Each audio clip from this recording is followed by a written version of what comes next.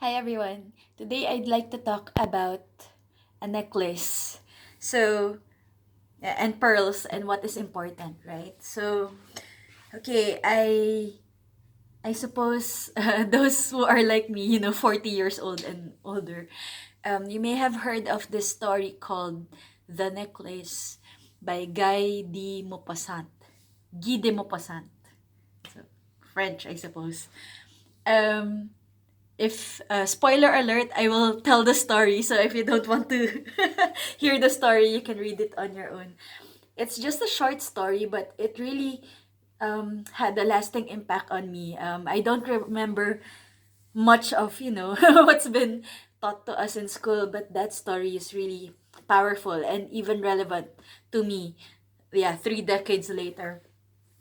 So once upon a time, there was this beautiful young woman who doesn't have much money.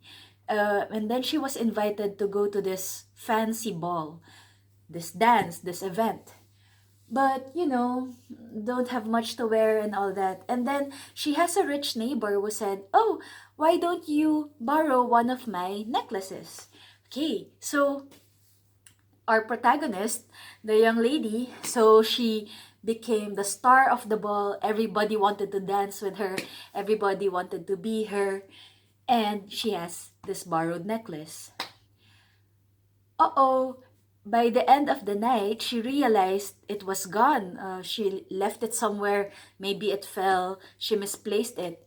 And now she's in so much trouble because, her neighbor is gonna ask it from her. Oh no, she didn't even have the money to come here in the first place, blah, blah, blah.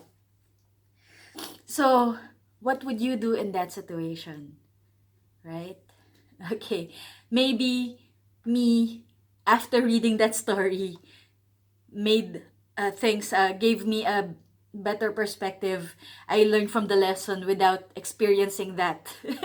I'm happy to say I made better decisions after reading that story. But what if you were in that situation? What if you didn't know that story and especially the ending, right? Okay, so back to the story. So, guess what happens? And maybe this is something you or I would probably do as well. Okay, she lost the necklace, so she hurriedly, the very next day, what she did was sell all of her savings, whatever little thing she had, to buy a fake necklace that looks just like the one she borrowed, right? And then, okay, what she has, money and goods isn't enough. So she had to work her entire life. She had to sell literally, her time, her effort, anything. She had to work out her debt because she misplaced a necklace. So, the very next day or some other time, she was able to return the necklace, but she didn't tell the neighbor that it was different, it was changed. She just pretended that, hey, thank you so much, here it is. So um the our protagonist was pretending that nothing was wrong, but deep down she worked all her life from that moment forward, just to pay off that debt. And then, decades later, when she finally paid the rest of her debt, DEBT, which sounds like DEATH, right? When she finally was free of that debt, she went to her neighbor and said, "Oh, by the way, I actually lost the necklace you lent me. That's why I had to buy another one. And I had to work my ass off to get the payment for that new necklace." And how would you feel if you were the neighbor, right? Yeah, think about it. Pause this video. How would I feel if I were that? Okay, so in the story, the neighbor just said, "Oh, really? This whole time you bought a necklace with real pearls? You should have just told me it was a fake necklace." it was worth less than nothing. You should have just told me. The end. And I was like, shit, what the fuck? I didn't even know the term yet. What the fuck? But that's how I felt inside. I'm like, what the hell? Yeah. So, okay. Wow. Okay, so it's been relevant to me, in a subtle way several times, but especially all the more now. And interestingly, it's not just for me, it's for the entire world right now. Last weekend, we have a major financial collapse, and it is still happening, right? Last weekend we had two major banks. Actually, I haven't heard of those names before. Silicon Valley Bank, Signature Bank, and Silvergate. I've never heard of those banks before. But the two of those banks apparently are the second and third biggest bank failures for the US. So that happened in less than a week in the same space. And I'm not one to promote fear, no fear porn, right? But it is what it is. We have to be aware of these situations so we can make practical, wise decisions, right? So we have the situation, even though we feel that there's no control, actually we can. So we're moving out of a space of truth, but also with grace. Let us not panic, but yeah, move from truth. Okay, so those who have lots of money will probably have more concern about this because, oh, my savings are lost and all that. What about those with no savings in the bank like me? Well, nothing's lost. But, I mean, we're all connected. We're all affected by this because whatever your payments are or whatever you're not paying, this will affect us. How will we be able to live? How will we be able to eat and drink? Can we even go to school still and work? What will happen to our groceries, our transportation, our hospitals? What will happen to our loved ones? So all these things, what happens in America is already being causing ripples in other countries, and of course, America being the uh, the major economy. That what happens there affects everyone, right? So that's it. But going back to the necklace, how much of that is really worth slaving our entire lives for?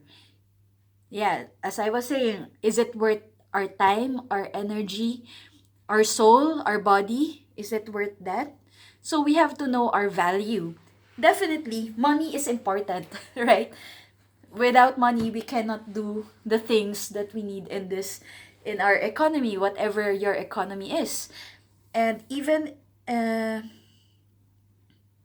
we can argue, right, for off-grid communities where you just live off the land, live with nature, you eat and breathe with nature. That's great. If you can do that, great. Then you won't be affected by this.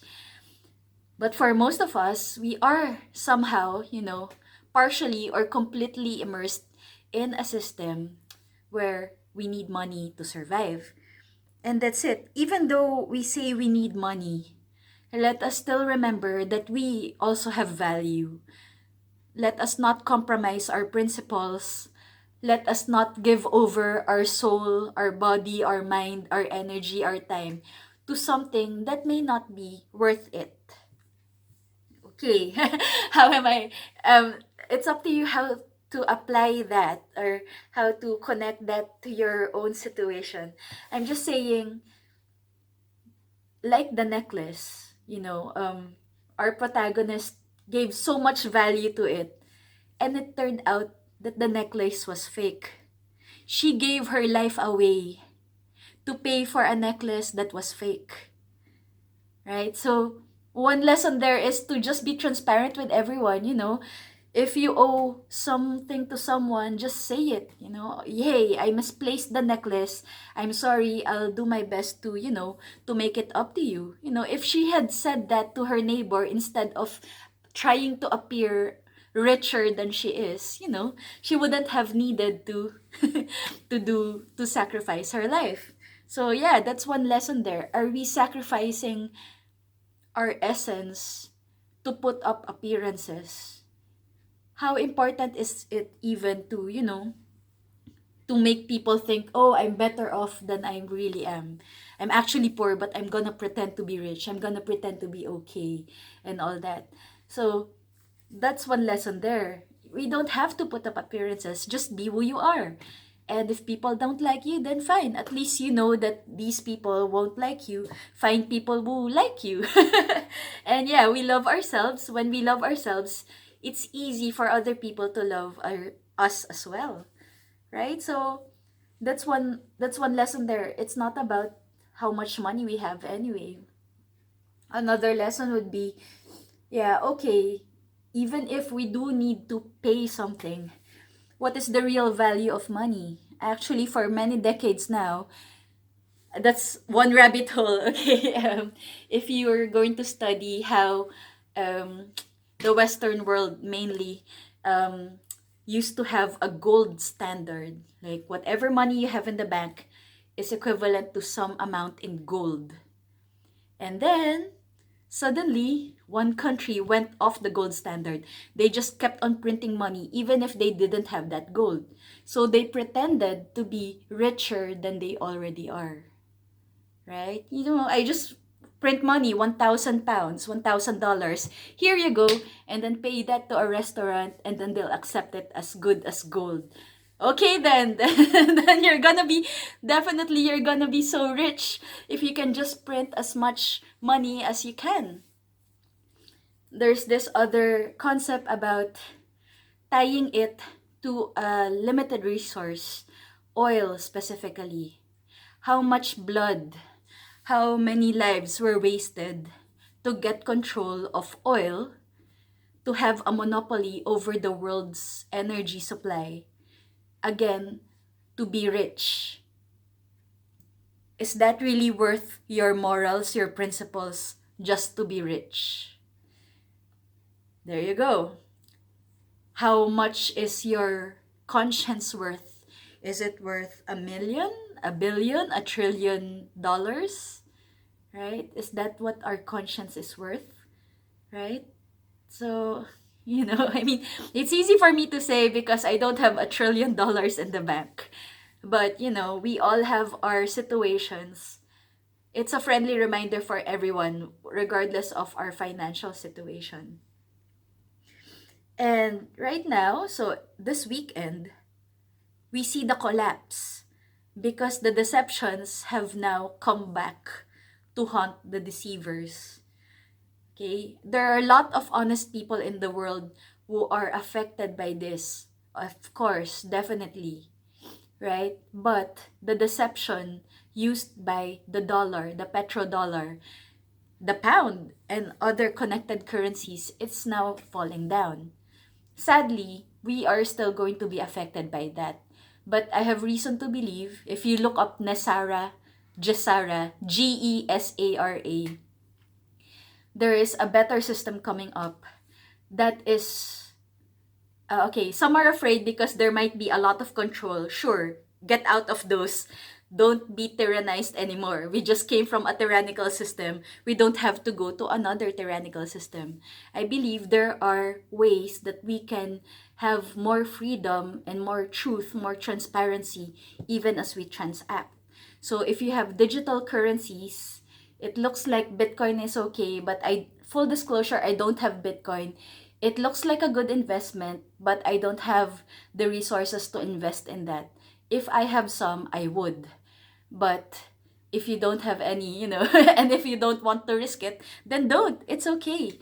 We don't have to go into digital money, and we don't have to tell the government every little thing that we are spending money on. That's why a lot of people are using cash or just bartering our goods and services.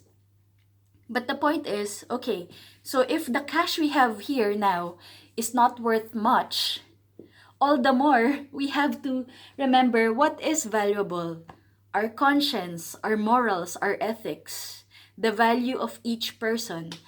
Are we going to throw our fellow man and woman under the bus just so we can get a few more quid, a few more pounds, a few more dollars, pesos, whatever you have, right? How much is your ethics worth? How much is the value of a person compared to the money that you will get by betraying that person? So it reminds me also, right, of the story of Jesus being betrayed by 30 pounds, 30 pieces of silver. So that's it. Is that the worth of Jesus now in our lives? And there's also this Bible reference to do not give your pearls to swine, right? Because if the pigs don't know the value of those pearls, going back to the necklace, they'll just trample it or maybe eat it or whatever. They'll just put it in mud. It's not worth anything to them. People give different values to different things. So I hope with the crash of this financial system worldwide, we are reminded of what's really important. That's it. So God bless everyone. We're gonna get through this. We're going to be more free, more awake, more alive. It doesn't seem that way, but and I don't want to seem like, we have ways. The more that we are aware, the more that we can hope for a better future, because we are already aware of how it's been corrupted in the past. Then we can make sure that that doesn't happen again. So we can live with hope even as the world is collapsing around us. Anyway, it's not the end of the world. It's just the end of the world as we know it. And we feel fine. We're gonna get through this. We're going to get better value. Literally re-evaluating everything. Money, time, energy, and each other, right? Let's place, again, infinite value in ourselves and in each other. Love ourselves as we love each other. Okay, take care. Thanks for listening. Bye-bye.